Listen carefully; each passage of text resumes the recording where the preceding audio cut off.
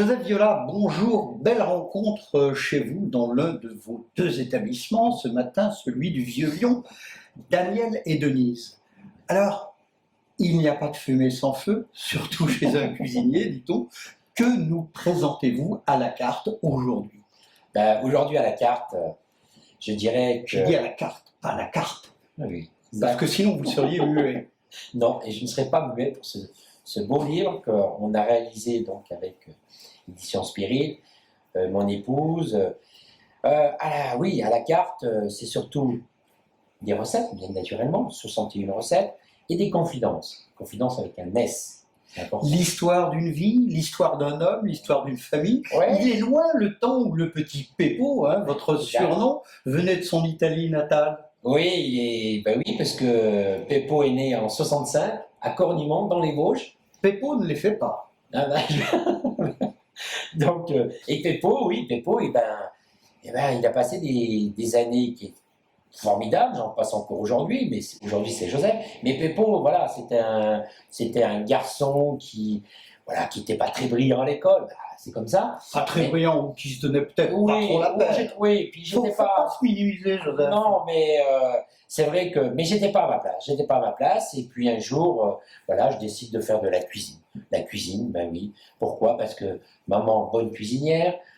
On était 9 à table, midi et soir. Donc, c'est-à-dire 7 frères et sœurs et les parents. Et je pense que, et vous le savez bien, que la cuisine, c'est quoi? C'est le partage, c'est la chaleur humaine. La convivialité et les bons produits. Exactement, les bons produits. Et puis, je rajouterais quand même, c'est quelques querelles aussi à table. Ce qui anime aussi une table. Mais pas les querelles de brochet. Ah non, pas les querelles de brochet. Beaucoup d'humour. Et puis voilà, puis Peppo, il grandit. Puis un jour...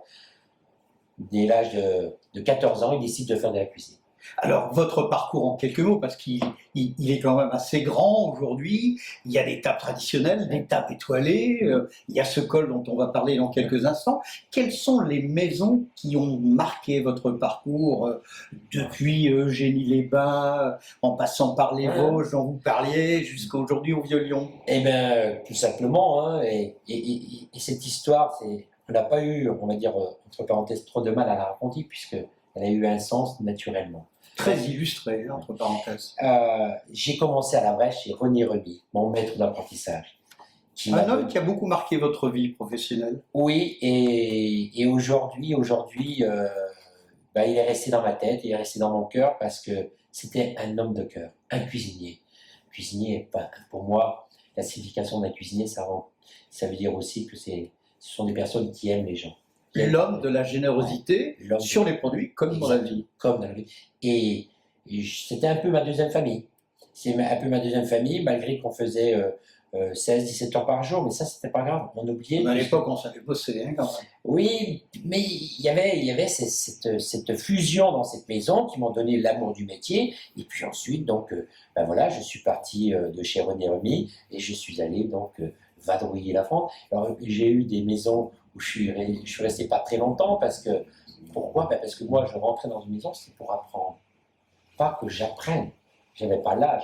Et c'est pas du tout mon style à l'époque de donner des leçons. Bien au contraire, je voulais absorber. On a bien compris votre démarche, qui était presque une démarche intellectuelle. Quelques noms de belles maisons, que ça soit dans le sud-ouest, que ça soit Michel Guérard, Eugénie-les-Bains, 3 étoiles au Michelin. Il y a le Dôme à Paris, une étoile au Michelin. Il y a bien sûr la maison où je suis resté quand même 10 ans. Jean-Paul Lacombe à Lyon. Doublement étoilé. Léon de Lyon, qui existe toujours. Une institution et une très belle maison. Et surtout, ce que j'ai beaucoup appris chez lui, c'était ce côté donc quand même perfectionniste. Et surtout, ne pas faire les choses au hasard. Tout était très calculé. Pointilleux. Et au bon sens du terme. Et au bon sens du terme. Et surtout, c'est quelqu'un qui aime les belles choses, qui aime chiner à droite à gauche. Avant de vous retrouver dans votre bouchon, le premier rue Créqui, puis le second ici, vous avez une expérience assez intéressante chez ce richissime personnage italien. Oui, Ça, c'est ben, un grand moment, ça. c'était un grand moment, c'était même irréel. Hein, Ça veut dire qu'on prend un avion pour aller chercher une salade à 3 heures Oui, du matin à l'autre où bout du on monde. prend la montgolfière pour aller skier. Et on ne part pas, bien sûr, Les mains non, vides. les mains vides. On repart simplement avec sa doudoune et ses gants, puisque les skis sont déjà en haut des pistes. Qui nous En attendent. hélicoptère. En hélicoptère. Il y a des gens qui savent apprécier les belles et bonnes Oui. choses. Oui, parce que voilà, il m'avait embauché pour faire de la cuisine française. Il m'avait embauché parce que pour lui, un cuisinier français, c'était important par rapport à son travail. Je ne dévoilerai jamais son nom, par respect. Et surtout, moi, j'ai appris également. J'ai appris également donc, cette cuisine italienne que maman faisait déjà à la maison. Mais là, j'ai La pu mamma voir- italienne. Ah, ben oui, la maman italienne. C'était quoi le nom de famille, enfin le nom de jeune fille de De votre jeune maman? fille, Paparella. Paparella. Ça parle. Ouais, ça Ça parle. chante Ça l'Italie chante et l'Italie. les produits Ouais, italiens. ouais. Et maman, encore aujourd'hui, elle nous fait des lasagnes qui sont à mourir. Allez, on arrive maintenant dans les lyonnaiseries militantes et les bouchons. Qu'est-ce qui fait qu'un jour, Joseph Viola, on a le déclic et on dit, bah, de la grande cuisine étoilée, alors, il n'y a pas de niveau hein, chez Non. nous, bien entendu, de la grande cuisine étoilée, on veut s'investir dans une cuisine un peu plus canaille, tout aussi gourmande, tout aussi généreuse, tout aussi utilisatrice de bons produits locaveurs et égalité, mais c'est quand même plus la même approche. Ce n'est plus la même approche, mais c'est le même métier et la même rigueur. C'est l'amitié Pourquoi? avec votre ami Daniel. D'ailleurs, oui.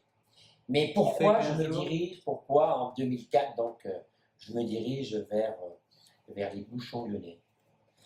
Enfin, Bouchon Lyonnais, c'est une marque. Enfin, vers le bouchon en règle générale. Oui, vers le bouchon en règle Qu'il générale. soit véritable, authentique ou Oui, lyonnais, s'en on ne va pas faire la guerre aujourd'hui. Non, surtout pas, et j'ai vraiment pas l'intention, mais c'est surtout le fait que dans ces maisons-là, ils respirent une bonne humeur, ils respirent un bien-être, où on y mange des choses qui sont canailles, comme vous le disiez. Mais pourquoi je me suis dirigé par là? Parce que à l'époque, quand j'étais chez au Léon de Lyon, il existait donc le Petit Léon, qui était mitoyen au Léon de Lyon, Rue Plénay, rue Plénay. Et dans ce Petit Léon, qui n'avait rien de petit, hein, qui n'a rien de petit d'ailleurs. il y avait une trentaine de places qui étaient ouvertes que le midi.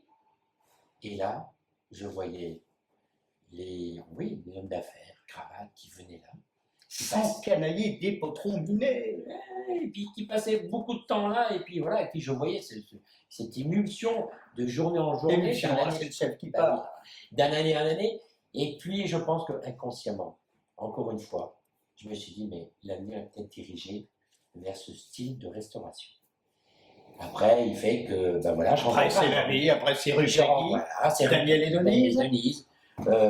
Denise qui était au fourneau encore Et il non, y a pas au quelques fourneau. heures, enfin, qui était en salle, autant pour moi. Et Daniel qui était au Et fourneau. Daniel qui était au Mais fourneau. J'ai travaillé pendant un mois complet, le mois de juillet 2004, avec Daniel. Il y avait deux Deux tricolores. meilleurs ouvriers de France. Deux. Un mot sur votre titre de meilleur, enfin l'un des meilleurs ouvriers de France, hein, selon la terminologie officielle, 2004.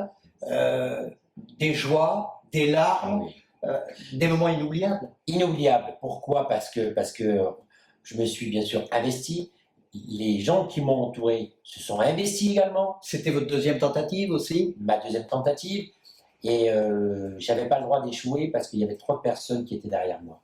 Aussi bien la famille, aussi bien la brigade à l'époque qui était dans le Léon de Lyon, où M. Lacombe me laissait à disposition ses cuisines, les produits, et tout ça, donc c'est une pression supplémentaire, mais d'avoir le col, c'est une chose. Mais aujourd'hui, comme je dis à chaque fois, il faut le faire briller. Ce n'est que le début d'une aventure, avoir le col, qui vous entraîne vers la rigueur, vers la transmission auprès des jeunes, vers l'excellence et vers le partage. C'est Toutes les valeurs Exactement. de la cuisine. Terrine de foie de volaille, c'est une recette que vous appréciez particulièrement, Joseph? Oui, parce qu'à l'intérieur, on y met un alcool. On y met un alcool qui est le cognac. J'adore le cognac. J'aurais pu mettre de l'armagnac du sud-ouest, d'où vient mon épouse. Mais voilà, j'adore le cognac. Et j'apprécie toutes les bonnes choses et j'essaie toujours de pas trop masquer le produit. En fait, aujourd'hui, si je devais donner une terminaison donc, à ma cuisine, ce serait une cuisine bourgeoise, sans trop de détails, mais avec une perfection de produit et de mise en œuvre. Avant de passer au fameux pâté croûte, comment on dit, c'est l'italien, le trophy. Le trophy, c'est Trophy aux voilà. courgettes, aubergines frites, Voilà. tomates séchées, basilic et parmesan reggiano. Un cuisinier que j'ai rencontré lors de mon voyage chez le docteur, comme on dit, le docteur, le docteur qui était napolitain et qui un jour m'a fait une recette et j'ai dit, punaise, c'est vraiment bon. Et j'ai repris cette recette et je l'ai mise aujourd'hui. Un mot sur le pâté croûte, Le pâté croûte, pour moi, c'est qui vous a permis d'obtenir le titre de meilleur plat de champion du monde de pâté en croûte. 2009. Mais ce pâté en croûte, en 2004, c'est vrai que quand je suis rentré dans la maison chez Daniel Denise, j'ai dit à mon épouse, écoute, il y a un plat qu'il faut absolument... Un plat signature, un plat éponyme. Et qu'est-ce qui fait, on va dire, la réputation d'un établissement? C'est un plat signature. Et puis surtout qu'un pâté croûte avec un peu de foie gras, avec un peu de truffe, ça fait jamais mal. Non, ça fait jamais de mal, ça fait beaucoup de bien, et sans oublier le riz de veau, sans oublier pas mal de choses. Mais c'est vrai que le pâté croûte, en plus...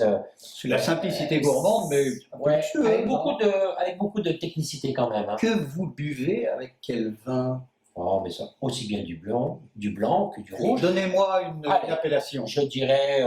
Une en blanc, une en rouge. Une en blanc, une en rouge. Mais dans les rouges, je dirais, tout de suite, à mon esprit, Beaujolais, Brouilly. De chez Pisviel. Très bien. Et un blanc? Et un blanc qui me vient, donc, j'irais un peu dans... Un ermitage? Un ermitage, blanc. Oui, un ermitage blanc. De chez Charles? Chapoutier. Avec qui c'est une maison que j'adore, c'est une maison où il y a tout un dynamisme, et j'adore cette maison. Joseph Viola, merci. Sur l'aspect technique, ce livre, à quelle dimension, quel poids, combien de temps avez-vous mis pour l'accoucher, le prix et où le trouve-t-on? Alors, il mesure 24,31, il pèse 1,4 kg. Désossé vidé. Et nettoyé, vidé. 1,4 kg, et on va pouvoir l'acheter dans pas mal d'endroits sur Lyon, à la Fnac, au prix de 35 €, mais également dans nos restaurants, dans le 5e, dans Vieux-Lyon, et dans le 3e, rue de Créqui. Sortie dès aujourd'hui. Tout chaud. Et nous sommes le 18 novembre 2014. Le titre, Recettes et confidences, Joseph Viola, édité, Joseph Viola, Meilleur voyage France 2004, édité par la maison Spirit, exact. Une maison lyonnaise, oui, j'y tenais. Encore une fois, Lyon, voilà, ça fait 20 ans que je suis à Lyon. Je peux pas oublier les gens qui m'ont accueilli, je ne peux pas oublier cette ville, la joie qu'elle m'a donnée, qu'elle me donne encore. Donc pour moi, c'était tout à fait naturel de prendre une édition vraiment lyonnaise. Joseph Viola, le mot de la fin, F-A-I-M, il est 12h30. On va passer à table. On va passer à table. Vous préconisez quoi, juste comme ça, en plat gourmand canaille? Oh, pâté en croûte, ce serait trop commun. Oui, puis on en a déjà parlé. Mais aujourd'hui, on va aller voir au niveau des quenelles de brochet, sauce nature. Un plat que j'adore. Et puis on terminera avec des babas au rhum, île flottant et autres. Joseph, merci. Et puis, belle réussite pour cet ouvrage qui tombe à pic pour les fêtes de fin d'année.